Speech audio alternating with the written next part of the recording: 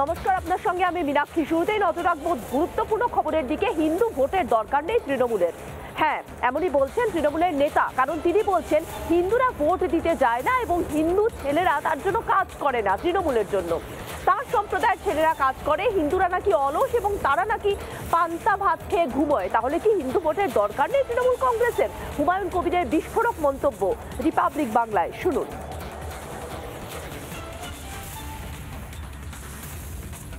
আমার বন্ধু বান্ধব যত আছে, আমার পাশে গ্রাম হিন্দু, পান্তা ভাত খেয়ে একটু ঘুমাবো।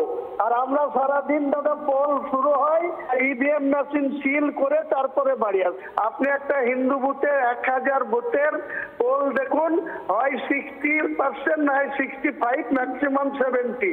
আপনি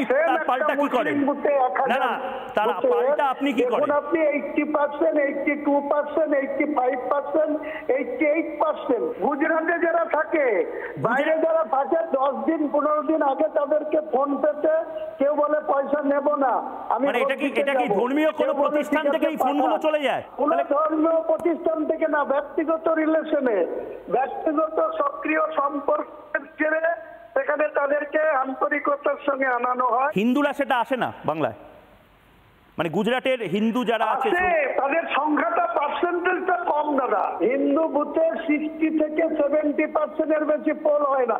মুসলিম বুথে 80 থেকে 88 পর্যন্ত পোল হয়। হিন্দুরা আপনার কথায় অলস, মানে হিন্দুরা ভোটের দিন ঘুমিয়ে থাকে আর আপনি সকাল থেকে রাত অবধি আপনার সম্প্রদায়ের ছেলেদের দিয়ে ভোটটা করান, তাই তো?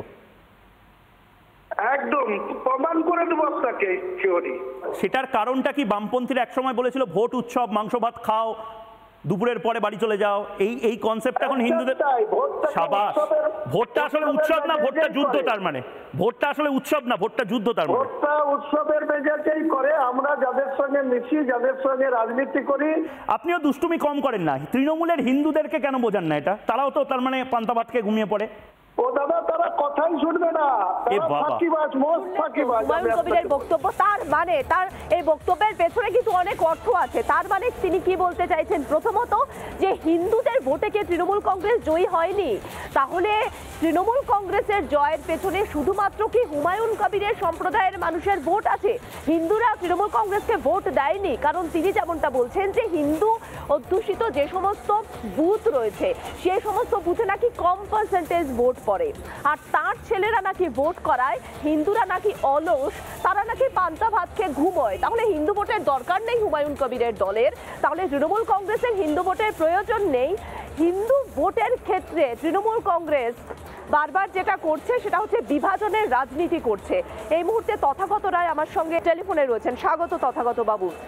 হুমায়ুন কবিরের বক্তব্য, হিন্দুরা অলস, তারা পান্তা ভাত খেয়ে ঘুমোয়, তার ছেলেরা অর্থাৎ তার সম্প্রদায়ের ছেলেরা ভোট করায়। তাহলে তৃণমূল কংগ্রেস হিন্দু ভোটের প্রয়োজন নেই। তাহলে তৃণমূল কংগ্রেস তাহলে হিন্দু ভোটে জয়ী হয়নি, 1 নাম্বার। 2 নাম্বার হচ্ছে যে তিনি তো সরাসরি এখানে বিভাজনের রাজনীতি করছেন। তথাগত বাবু।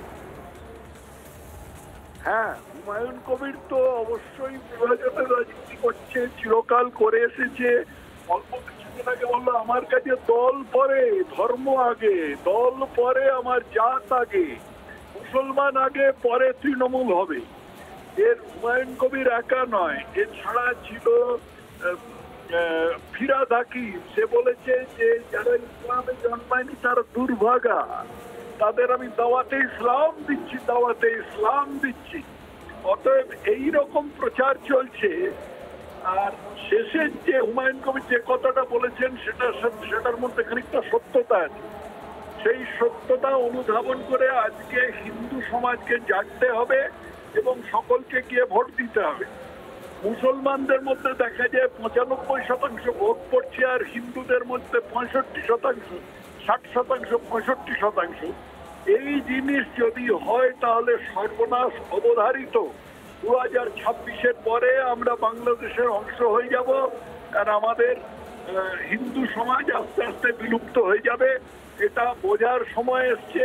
হুমায়ুন কবির আমাদের হিন্দুদের সেটা মনে করিয়ে দিয়েছেন, সেই জন্য আমি তার প্রতি কৃতজ্ঞ। ধন্যবাদ। নানা ধরনের কন্টেন্ট দেখার জন্য লাইক করুন, শেয়ার করুন আমাদের ফেসবুক পেজ, সাবস্ক্রাইব করুন আমাদের ইউটিউব চ্যানেল। পাশাপাশি অন্যান্য ব্রেকিং নিউজের জন্য অবশ্যই চোখ রাখুন রিপাবলিক বাংলায়।